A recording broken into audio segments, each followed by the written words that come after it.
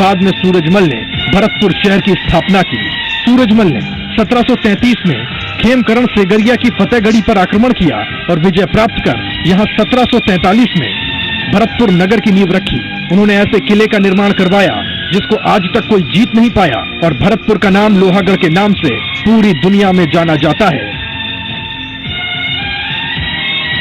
जो उत्तर भारत में, पूरे भारतवर्ष में सेठाने को, इतिहासकारों को, साहित्यकारों को, संतों को जब कहीं जीवन यापन करने का सही जब मार्ग नहीं मिला तो भरतपुर में आकर के उन्होंने शरण ली और रियासत ने उनको संरक्षण व संवर्धन दिया और उस समय जींद जो है मुख्य रूप से राजधानी हुआ करती थी। 1733 में बसंत पंचमी के दिन भरतपुर किले की निर्माण की नींव रखी गई और फुलवाड़ी जो स्थान है उसमें बाकायदा यज्ञ करके महाराज ने उसको मूर्त रूप दिया था। महाराजा सूरजमल राजनीति कुशल और दूरदर्शी थे। उन्होंने जयपुर के महाराजा जय सिंह से भी दोस्ती बना ली थी। 21 सितंबर 1743 को जय सिंह का निधन हो गया और उसके तुरंत बाद उनके बेटे ईश्वरी सिंह और माधो सिंह में गद्दी के लिए झगड़ा हुआ। महाराजा सूरजमल बड़े बेटे ईश्वरी सिंह के पक्ष में थे जबकि उदयपुर के महाराणा जगत सिंह माधो सिंह के पक्ष में थे। बाद में जहाजपुर में दोनों भाइयों में युद्ध हुआ और मार्च 1747 में ईश्वरी सिंह की जीत हुई। एक साल बाद मई 1748 में पेशवाओं ने ईश्वरी सिंह पर दबाव डाला कि वो माधो सिंह को 4 परगना सौंप दे। फिर मराठे, सिसोदिया, राठौड़ और साथ ही 7 राजाओं की फौजें माधो सिंह के साथ हो गईं और ईश्वरी सिंह अकेला पड़ गया। महाराजा सूरज सिंह 10,000 सैनिकों के साथ ईश्वरी सिंह की मदद के लिए जयपुर पहुंचे और अगस्त 1748 में 7 फौजों को हरा दिया जिसमें 1 लाख से ऊपर सैनिक थे और पूरे भारतवर्ष में उनके नाम का डंका बजने लगा।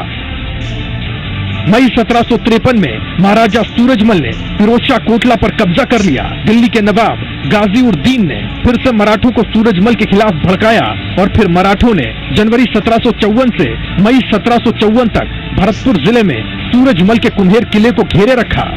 मराठे किले पर कब्जा नहीं कर पाए और उस लड़ाई में मल्हार राव का बेटा खांडे राव होलकर मारा गया। मराठों ने सूरजमल की जान लेने की ठान ली थी पर महारानी किशोरी ने सिंधियाओं की मदद से मराठाओं और सूरजमल में संधि करवा दी। वेंदेल के अनुसार जर्जर मुगल सत्ता की इसी कालावधि में जाट शक्ति उत्तरी भारत में प्रबल शक्ति के रूप में उभर कर सामने आई। भरतपुर के संस्थापक महाराजा सूरजमल को अगर आपको समझना है तो उनके इतिहास को समझना है तो आपको भरतपुर के किशोरी महल जाना होगा। यहाँ भारतीय पुरातन सर्वेक्षण विभाग और राजस्थान सरकार ने यहाँ पर महाराजा सूरजमल की तस्वीरों के जरिए पूरे घटना को जीवन करने की कोशिश की है।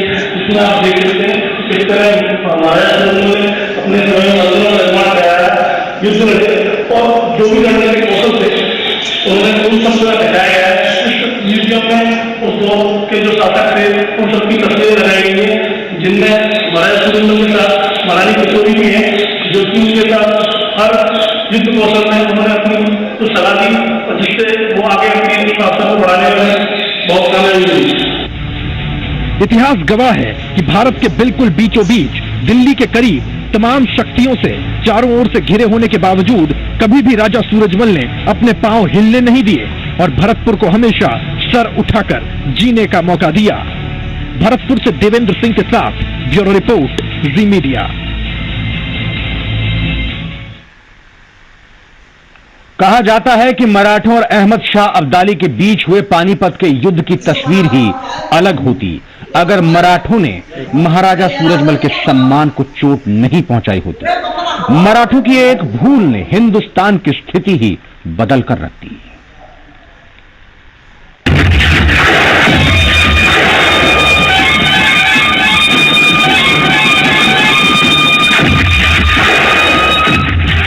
पानीपत का तीसरा युद्ध 17 जनवरी 1761 को मराठा सेनापति सदाशिवराव भाऊ और अफगान सेना नायक अहमद शाह अब्दाली के बीच हुआ।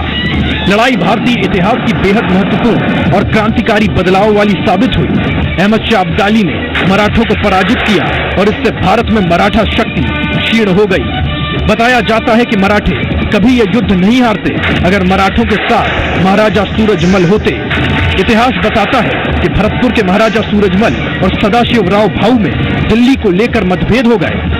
सूरजमल चाहते थे कि दिल्ली पर उनका हक हो, लेकिन मराठा उसका फैसला अब्दाली से युद्ध के बाद करना चाहते थे। एक और बात जो राजा सूरजमल को अपमानजनक लगी वो थी मराठों के द्वारा ये कहा गया कि सूरजमल और भरतपुर की फौज फोर्स लाइन में यानी कि सबसे पीछे रहेगी।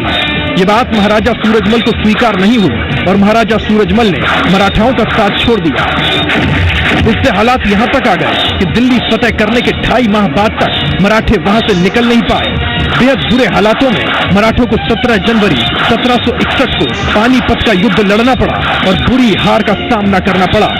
यकीनन अगर मराठों ने सूरजमल के साथ व्यवहार और दिल्ली को लेकर सही फैसले किए होते तो मराठों को कभी हार का सामना नहीं करना पड़ता। एक किस्सा 1760 में सदाशिवराव भाऊ और सूरजमल में कुछ बातों पर अनबन का भी है। मथुरा की नबी मस्जिद को देखकर भाऊ ने गुस्से में कहा, सूरजमल जी, मथुरा इतने दिन से आपके कब्जे में है, फिर इस मस्जिद को आपने कैसे छोड़ दिया? सूरजमल ने जवाब दिया, अगर मुझे यकीन होता मैं सारी उम्र इस इलाके का बादशाह रहूंगा तो शायद मैं इस मस्जिद को गिरवा देता, पर क्या फायदा, कल मुसलमान आकर हमारे मंदिरों को गिराएंगे और वहीं पर मस्जिदें बनवा देंगे, आपको अच्छा लगेगा? यकीनन ये बताता है कि महाराजा सूरजमल हमेशा नैतिकता की लड़ाई लड़ते थे। कभी भी किसी धर्म को नीचा दिखाने के मकसद से उन्होंने कोई फैसला नहीं लिया।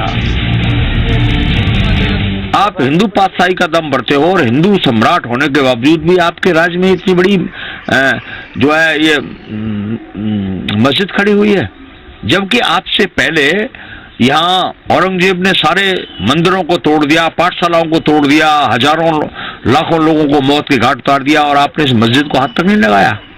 तो बड़े विनम्र भाव से महाराजा सूरजमल ने भाऊ को कहा, मैं आपसे ये निवेदन करना चाहता हूँ कि ये राज्य जो लक्ष्मी है ये एक वैश्या की तरह है, कभी ये किसी के गले में बरमारा डालती है, कभी किसी के में। यदि अगर मुझे ये भरोसा हो जाए कि मैं जीवन पर्यंत इस क्षेत्र का शासक रहूंगा तो मैं निश्चित रूप से इस बारे में सोचता, लेकिन इसका क्या फायदा होगा कि आज मैं एक मस्जिद को गिरा दूं और कल मुसलमान यहाँ आए और वो 10 मंदिरों को और 50 मंदिरों को गिरा दें, ये कोई नहीं। मेरे लिए मंदिर और मस्जिद कोई विवाद नहीं है। भरतपुर के अंदर महाराजा सूरजमल ने जहाँ एक और बिहारी जी मंदिर का निर्माण करवाया, वहीं शहर के बीचों बीच जामा मस्जिद का निर्माण करवाया। महाराजा सूरजमल एक ऐसे शासक थे जिन्होंने